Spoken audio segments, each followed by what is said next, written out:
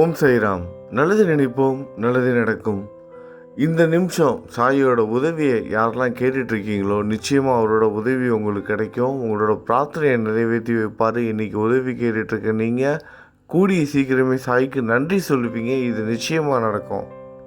உங்களுக்கு உடனடியாக உங்களோட பிரார்த்தனைகள் நிறைவேறணும்னு ஒவ்வொருத்தரும் விரும்புவீங்க. நானும் தான். அதற்கு நம்ம எப்படி இருக்கணும், நம்ம சாய்கிட்ட நம்மளோட குருக்கிட்ட எப்படி நடந்துக்கணும் அப்படிங்கிறத இந்த பதிவில் பார்க்க போகிறோம். சாய் பேரை சொல்லி நம்ம தினமும் பூஜைகள் பண்ணுறோம், அபிஷேகம் பண்ணுறோம், அன்னதானம் பண்ணுறோம், நிறைய நல்ல விஷயங்கள்லாம் செய்கிறோம். அது எல்லாத்தையும் தாண்டி நம்ம தெரிஞ்சிக்க வேண்டிய, நம்ம செய்ய வேண்டிய ஒரு மிகப்பெரிய ஒரு விஷயம் இருக்குது. பக்தி. குரு பக்தினா என்னங்கிறது நம்மள பல பேருக்கு தெரியாமல் இருக்குது.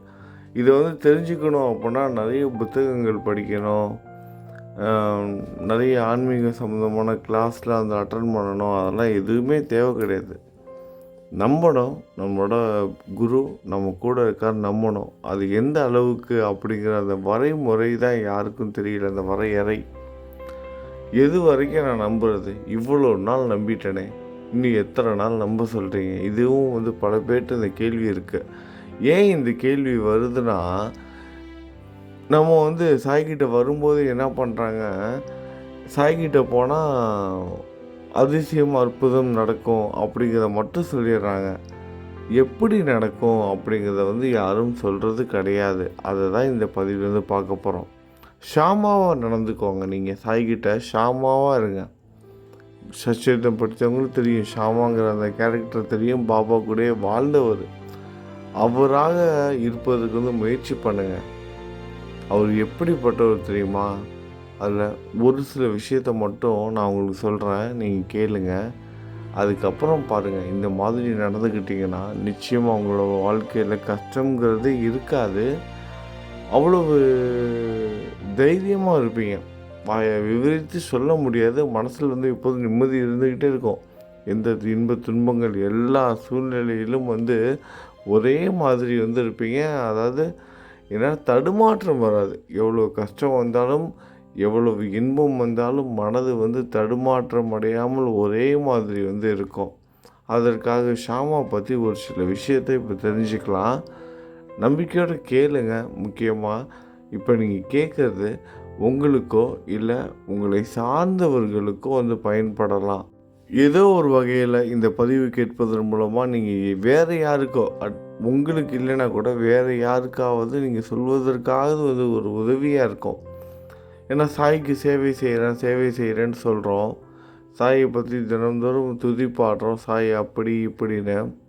ஆனால் அவர் உண்மையாகவே எப்படி, யாருக்கு அதிசயம் நடக்கும், யாருக்கு அற்புதம் நடக்கும், சாய் மீது எவ்வளோ குரு பக்தியோடு இருக்கணும், சச்சரிதம் பாராயணம் பண்ணால் மட்டும் போதுமா, சவணமஞ்சரி படித்தா மட்டும் போதுமா, ஓம் சாய்ராம் 108 தடவை எழுதினா மட்டும் போதுமா, இது எழுதினாதான் சாய் அருள் கிடைக்குமா, இது இல்லாமலும் சாய் அருள் கிடைக்க ஏதாவது வாய்ப்பு இருக்கா, இல்லை அதுக்குன்னு ஏதாவது பூஜை பண்ணணுமா, அதற்குன்னு ஏதாவது ஒரு மந்திரம் இருக்கான்னு எத்தனையோ பக்தர்கள் மாற்று வழியை தேடி ஓடிக்கிட்டு இருக்காங்க. ஏன்னா அவங்களோட பிரச்சனைகள் அந்தளவுக்கு வீரியமாக இருக்குது. உடனடியாக ஏதாவது கிடைச்சிடாதா அப்படின்னு அந்த ஒரு காரணத்தினால தான் ஆளாளுக்கு சொல்கிறது எல்லாத்தையும் கேட்டு ஒவ்வொருத்தங்களும் தடுமாறி போய் நின்றுக்கிட்டு இருக்காங்க. எது உண்மை? ஒருத்தங்களை கேட்டால் இப்படி பண்ணுங்கிறாங்க, பக்கத்து வீட்டுக்காரங்க இதை செய்யுங்கிறாங்க, அந்த கோயிலுக்கு போனால் அதை சொல்கிறாங்க, இங்கே இந்த வீடியோ பார்த்தா இவங்க ஒன்று சொல்கிறாங்க. நாங்கள் எதை தான் ஃபாலோ பண்ணுறது அப்படின்னு தம்பிச்சு போய் நிறைய பக்தர்கள் மனம் குழம்பி போயிருக்காங்க. இன்னும் ஒரு சிலரோ விரக்தியோட உச்சிக்கு போயிட்டு உண்மையாகவே சாய்க்கு சக்தி இருக்கா, இல்லை இது எல்லாமே நம்மளோட கற்பனை தானா, ஒரு மூட நம்பிக்கை தானா, இவங்க நிறைய பேர் சொல்லிக்கிட்டு இருக்காங்களே சாய்க்கு அந்த மாதிரி சக்தியெல்லாம் கிடையாது, சாதாரண ஆள் தான் அவர், நம்ம தான் தேவையில்லாமல் அவர் உருவாக்கி ஒரு மதத்தை க்ரியேட் பண்ணிக்கிட்டு இருக்கோம், நம்மளோட கடவுள்கள் எல்லாம் மறந்து அப்படின்னு சொல்லிட்டு இருக்காங்களே, அது எல்லாம் உண்மைதானா அப்படின்னு கூட ஒரு சில பேர் யோசிக்க ஆரம்பிச்சிட்டாங்க. அதற்காக தான் இந்த பதிவு. அதாவது ஷாமா இந்த ஒரு கேரக்டர் ரொம்ப ரொம்ப ஒரு முக்கியமான ஒரு கேரக்டர். பாபா கூட இருந்தவங்கள அவர் ரொம்ப படித்தவர் கிடையாது. ராமாயணம், மகாபாரதம், பகவத்கீதைன்னு எதையும் முழுவதுமாக தெரிஞ்சவரும் கிடையாது. ஆனால் அவருக்கு அந்த குரு பக்தி, அளவிட முடியாதது. எந்த ஒரு கஷ்டமான சூழ்நிலையிலும் பாபா வந்து திட்டுவார். எப்படின்னா, ஒரு சமயத்தில் வந்து ஒரு பெண்மணிக்கிட்ட வந்து சொல்கிறாரு ஷாமா வந்து, பாபா ஆசீர்வதித்து கொடுத்த தேங்காவை எடுத்து கொடுத்துட்டு, பிரசாதத்தை எடுத்து கொடுத்து, தேங்காய் வந்து 2 துண்டுகளாக உடைத்து ஒரு பாதியை வந்து அந்த பெண்மணிகிட்ட கொடுத்து வந்து சொல்கிறாரு, இதை எடுத்துகிட்டு போமா, பாபா ஆசீர்வாதம் பண்ணி கொடுத்துருக்காரு. 12 மாதத்தில் வந்து உனக்கு வந்து குழந்தை பிறக்கும். ஏன்னா அந்த பெண்மணி நீண்ட நாட்களாக குழந்தை இல்லாமல் இருக்காங்க. பாபா கிட்ட கேட்டு வராங்க, தேங்காய் வச்சு வழிபாடெல்லாம் செய்கிறாங்க, பாராயணம் பண்ணுறாங்க. பாபா வந்து அதுக்கு வந்து சொல்கிறாரு, இறைவன் நினைத்தால் தானே வந்து இந்த பெண்மணிக்கு வந்து குழந்தை பிறக்கும். அதை விட்டுட்டு இந்த மாதிரி தேங்காய் வச்சு பூஜை பண்ணுறேன், அது பண்ணுறேன், இது பண்ணுறேன்னு இந்த மாதிரி மூட நம்பிக்கையான விஷயங்கள்லாம் செஞ்சால் எப்படி உங்களுக்கு குழந்தை பிறக்கும் அப்படின்னு அவர் பாட்டு பேசுகிறாரு. ஆனால் ஷாமா விடுற மாதிரி இல்லை. என்னென்னா, தன்னோட குரு அவரை நம்பி வந்துட்டாங்க ஒரு பக்தி.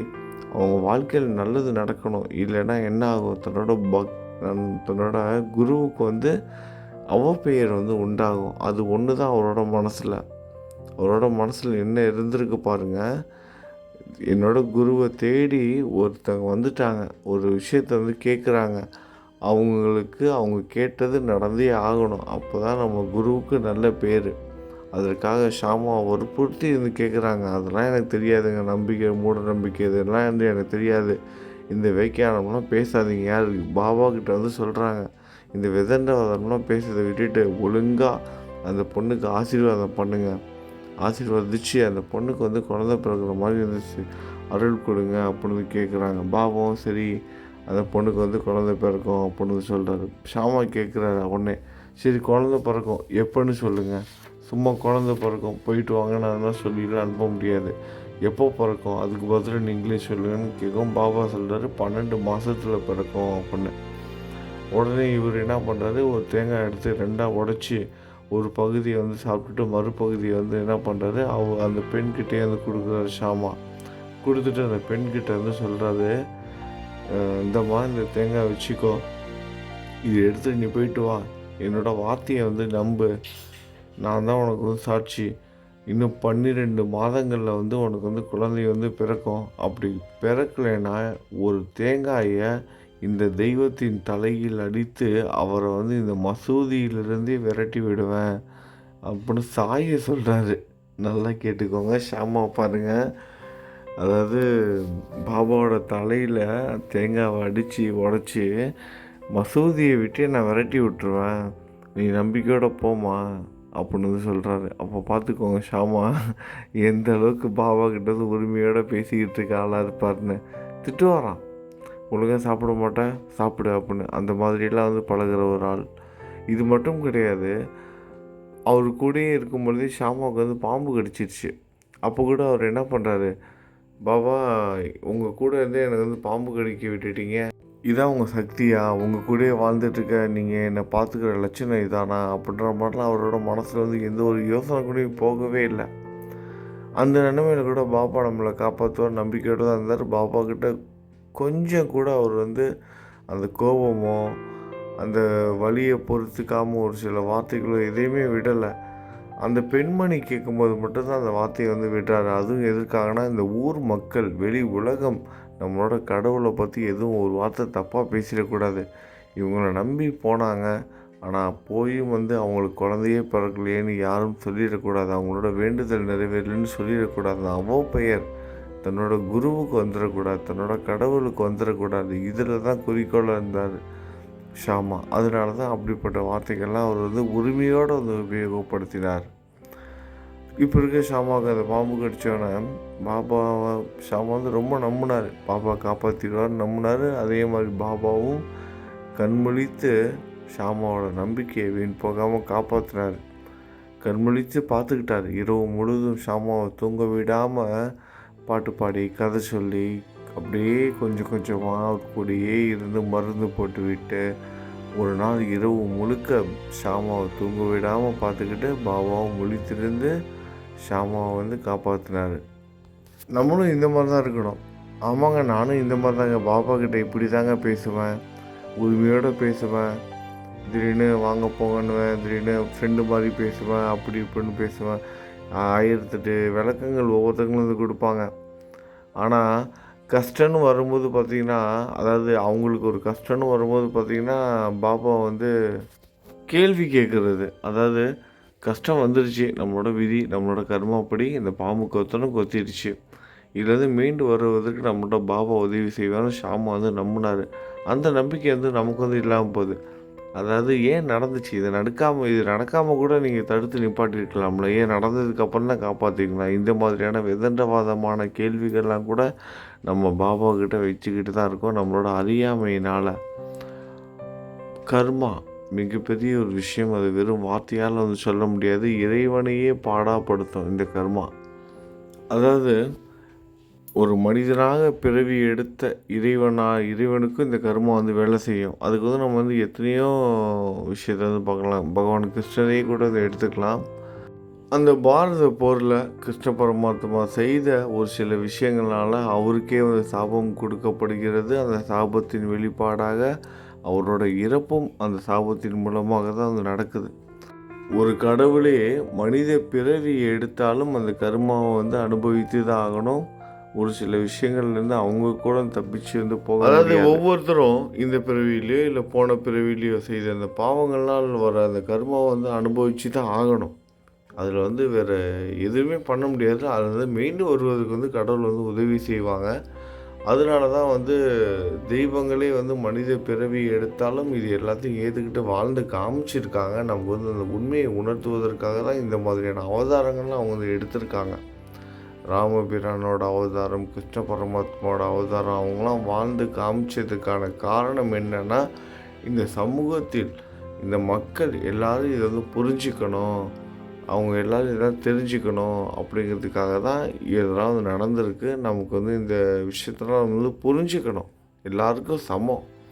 ஆனால் இதெல்லாம் நம்ம வந்து புரிஞ்சுக்கிறது கிடையாது. நம்ம சொல்கிறோம், வாய்க்கிலேயே வந்து சொல்கிறோம், நான் வந்து சச்சிதமதி படிச்சிருக்கேன், சவணமஞ்சரி படிக்கிறேன், பகவத்கீதையை வந்து ஸ்லோகங்கள்லாம் படிக்கிறேன், கேட்டிருக்கேன், கதைகள்லாம் தெரியும், ராமாயணம் பாராயணம் பண்ணியிருக்கேன், பகவத்கீதையை படிச்சிருக்கேன், பகவான் கிருஷ்ணரோட கதைகள் கேட்டிருக்கேன், சிவபுராணம் வந்து கதைகள்லாம் கேட்டிருக்கேன், முருகப்பெருமானோட கதைகள் கேட்டிருக்கேன். இந்த மாதிரி பல்வேறு ஆன்மீக சொந்தம் வாய்க்கிலேயே அது பேசுகிறோம். ஆனால் அதுலேருந்து கற்றுக்கிட்டது என்னென்னு பார்த்தா ரொம்ப ரொம்ப கம்மி தான். அந்த ஒரு காரணத்தினால தான் நம்ம என்ன பண்ணுறோம், கஷ்டமான சூழ்நிலைகள் வரும் பொழுது இறை பக்தி நமக்கு வந்து கம்மியாகுது. எதிர்த்து கேள்வி கேட்க ஆரம்பிச்சிடறோம். அந்த டைமில் வந்து கஷ்டம் வந்துருச்சு, அனுபவிக்கணுங்கிறது என்னோடய விதி, அனுபவிக்கிறேன். ஆனால் இதுலேருந்து என்னை வந்து மீட்டு கொண்டுட்டு வரான்னு நம்புங்க. அந்த நம்பிக்கையோட உதவி கேளுங்க. உங்களோட சாய்கிட்ட நிச்சயமாக உதவி கேட்டுட்ருக்க நீங்கள் சாய்க்கு நன்றி சொல்லுவீங்க. இது நிச்சயமாக நடக்கும். நம்பிக்கையோடு இருங்க. இந்த பதிவில் வரும் இந்த கருத்துக்கள் உண்மையாகவே உங்களுக்கு வந்து பயனுள்ளதாக இருந்துச்சுன்னா இதை 4 பேருக்கு சொல்லி புரிய வைங்க.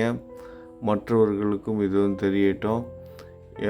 இல்லை இதில் ஏதாவது உங்களோட மாற்று கருத்துக்கள் இருந்தாலும் வீடியோவுக்கு கீழே இருக்க கமெண்ட் பாக்ஸில் டைப் பண்ணி கமெண்ட் பண்ணுங்கள். நானும் படித்து தெரிஞ்சுக்கிறேன், மற்ற பக்தர்களும் படித்து தெரிஞ்சுக்குவாங்க.